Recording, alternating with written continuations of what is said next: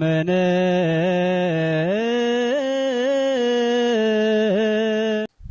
በስመ አብ ወወልድ ወመንፈስ ቅዱስ አሐዱ አምላክ አሜን። ክርስቶስ ተንሥአ እሙታን በዐቢይ ኃይል ወሥልጣን አሰሮ ለሰይጣን አግዓዞ ለአዳም ሰላም እምይእዜሰ ኮነ ፍስሐ ወሰላም። ውድ እግዚአብሔር ቤተሰቦች እንደምን አላችሁ? አሜን። እግዚአብሔር አምላካችን ስም የተመሰገነ ይሁን። እንግዲህ ያው የተመቻቹ ኮንዲሽኖች አልነበሩም እና ይህን ሰሞን በተመቻቸ ሁኔታ ቪዲዮ ለመቅረጽ አልተመቸኝም። ያው በተቻለኝ መጠን ለመቅረጽ በሚል ነው። ያው ረቡዕ የዶግማ ፓርት ስላለን ማለት ነው። ለዛ ነው ዛሬ በዚህ መንገድ የተገኘሁት። ስለዚህ ያው ባለፈው እንደተነጋገርን የዛሬ ሳምንት ማለት ነው የአምስቱን አዕማደ ምስጢራት ጀምረናል እና ዛሬ የምናየው የቅድስት ሥላሴን ወይም ደግሞ ምስጢረ ሥላሴ የሚባለውን ፓርት ነው። በተቻለ መጠን ቀለል አድርጌ ለማቅረብ እሞክራለሁ። አብራችሁን ቆዩ። አመነ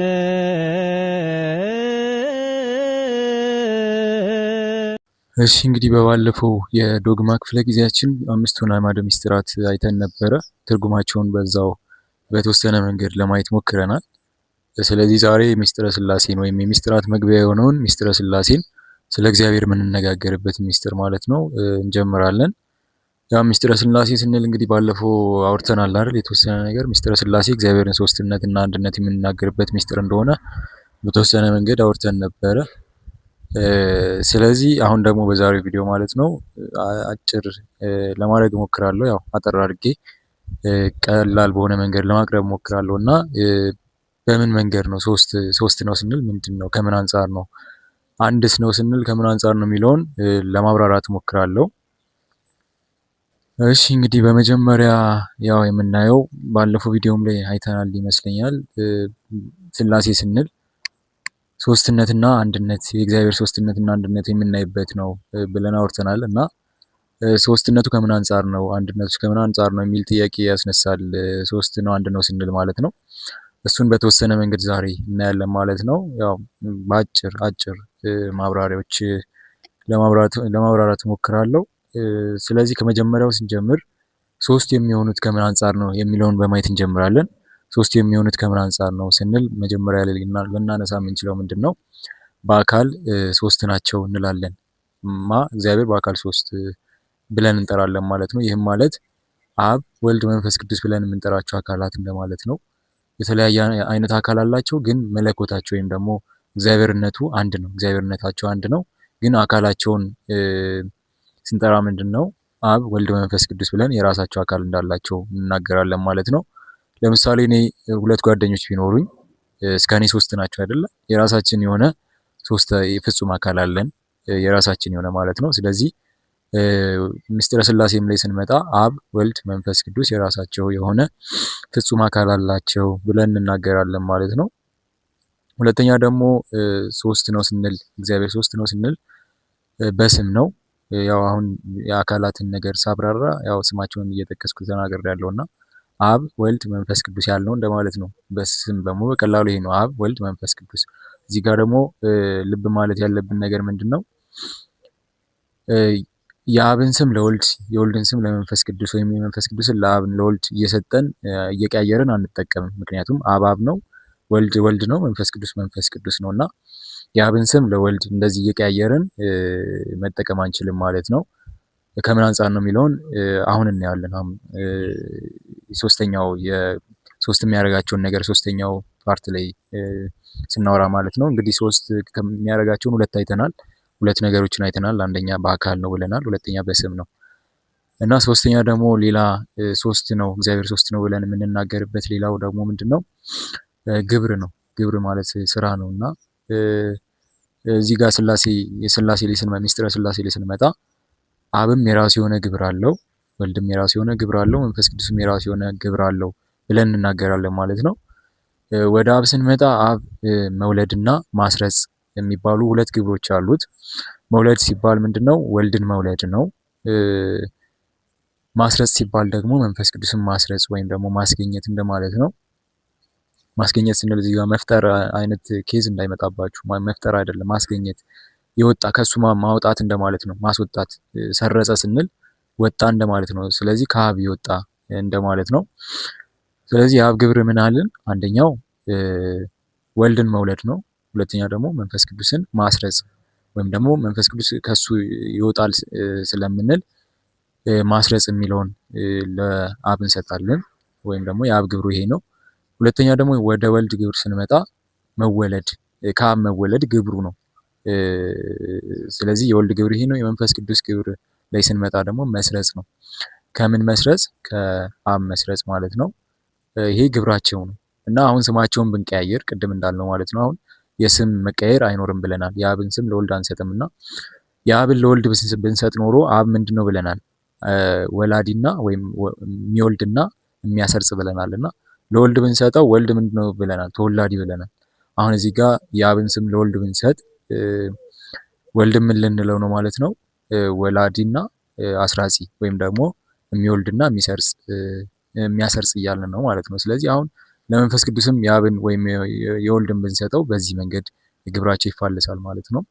ስለዚህ ስም አይቀያየርም። የአብ ስም ለአብ ነው፣ የወልድ ስም ለወልድ ነው፣ የመንፈስ ቅዱስ ስም ለመንፈስ ቅዱስ ነው። አይቀያየርም ስማቸው ማለት ነው።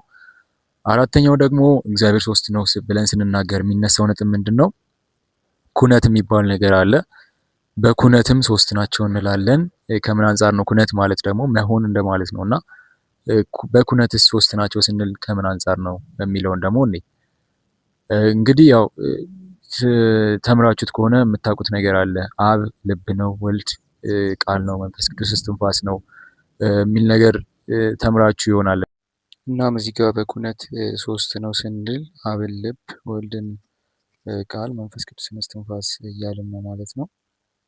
አንድ ምሳሌ እስቲ ቀለል እንዲላችሁ ልንገራችሁ። ለምሳሌ አሁን የሆነ ነገር ሲከናወን አየሁ እንበል፣ ወይም ደግሞ ጓደኛዬ በመንገድ ላይ ሲራመድ አየሁት እና ከጎኔ ላለ አንድ ጓደኛዬ እንትና እየተራመደ ነው ብዬ ብነግረው በልቤ አስቤ ወይም ደግሞ ያየሁትን በልቤ አስቤ አመላልሼ በቃሌ አውጥቼ እስትንፋሴ አግዘኝ ማለት ነው የተናገርኩት።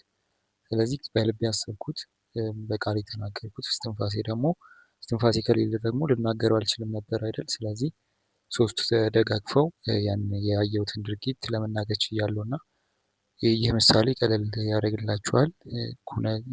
በኩነት ሶስት ናቸው ስንል ይህን ይመስላል ማለት ነው። በኩነት ሶስትነታቸው ይሄ ነው። አብ ልብ ነው፣ ወልድ ቃል ነው፣ መንፈስ ቅዱስ እስትንፋስ ነው ማለት ነው። ከመጽሐፍ ቅዱስ እንደ ምሳሌ የምናነሳው ለዚህ ለኩነት ሶስትነት ማለት ነው መዝሙረ ዳዊት ምዕራፍ 32 ቁጥር 5 እና 6ን ብናይ የእግዚአብሔር ቸርነት ምድርን ሞላች፣ በእግዚአብሔር ቃል ሰማዮች ጸኑ፣ ሰራዊቶቻቸውም በአፉ እስትንፋስ እያለ ይገልጻል እና እዚህ ጋር በእግዚአብሔር ቸርነት ብሎ ሲናገር እግዚአብሔር አብን ያነሳል። በእግዚአብሔር ቃል ብሎ ሲናገር ደግሞ ወልድን ያነሳል። በሰራዊቶቻቸውም በአፉ እስትንፋስ ሲል ደግሞ መንፈስ ቅዱስን ያነሳል ማለት ነው። በኩነት ሶስት እንደሆኑ በዚህ መንገድ ማየት እንችላለን። እነዚህ የገለጽናቸው አራት ነገሮች ያው እግዚአብሔር ሶስት መሆኑን የሚናገሩ ነገሮች ናቸው ወይም የሚገልጹ ነገሮች ናቸው። የመጽሐፍ ቅዱስ ማስረጃዎችም የቅዱሳን አባቶች ትምህርቶችንም አምጥተን ማሳየት እንችላለን። አሁን ግን ለጊዜው በዚህ መንገድ ገልጸነዋል ማለት ነው። ያው በቀጣይ ክፍል በሚኖረን ደግሞ ከመጽሐፍ ቅዱስ እና ከቅዱሳን አባቶች ትምህርት አንስተን የምንማማር ይሆናል ማለት ነው። ያው ለመጨረሻ ደግሞ ለአሁን የማነሳውን ነጥብ ምንድን ነው? እግዚአብሔር አንድ ነው የምንልበትን ነገር ነው። ያው እግዚአብሔር አንድ ነው ስንል በአምላክነት አንድ ነው ብለን እንናገራለን። ይህም ማለት ነው ቅድም ሶስት የሆኑባቸውን ነገሮች አንስተናል አይደል? በአካል በስም በግብር በኩነት ብለን አራቱ ነጥቦች አንስተናል እና ሶስት አካል ስላለው ሶስት ስም ስላለው ሶስት አምላክ ወይም ደግሞ ሶስት እግዚአብሔሮች ብለን አንናገርም። በአምላክነት ወይም ደግሞ በመለኮት አንድ ናቸው አምላክ በመሆን ማለት ነው። የማምላክነታቸው አንድ ነው። በአምላክነት አንድ ይሆናሉ ማለት ነው። በአካል በስም በግብር በኩነት ተለያይተው ቢሆንም ወይም ሶስት ቢሆኑም በአምላክነት ግን አንድ ነው። አንድ አምላክነት ነው ያለው ነው ወይም አንድ አምላክ ነው ያለው እንጂ ሶስት አምላክ ብለን አንናገርም። ስለዚህ በአንድነት ስንል የእግዚአብሔር አንድነት ስንል አምላክነቱን እየገለጽን ነው ማለት ነው። ያው በትንሹ ነው እንግዲህ ለዛሬ የገለጽኩት የመጽሐፍ ቅዱስ ማስረጃዎችን የቅዱሳን አባቶች እና የተፈጥሮ ማስረጃዎች የሚሉ ሶስት ነጥቦችን ይዤ ደግሞ በቀጣይ እመጣለሁ። ለዛሬ ግን ይበቃናል። የእግዚአብሔር ቸርነት የእናታችን የቤታችን የቅድስት ማርያም አማላጅነት የቅዱሳን የጻድቃን የሰማዕታት ጸሎት፣ ምልጃ፣ ጥበቃ እንዲሁም የቅዱስ መስቀል ኃይል በእኔም በእናንተም በመላ ሕዝበ ክርስቲያን ላይ ጸንቶ ይኑር። ወስብሐት ለእግዚአብሔር ወለወላዲቱ ድንግል ወለመስቀሉ ክቡር። ይቆየን።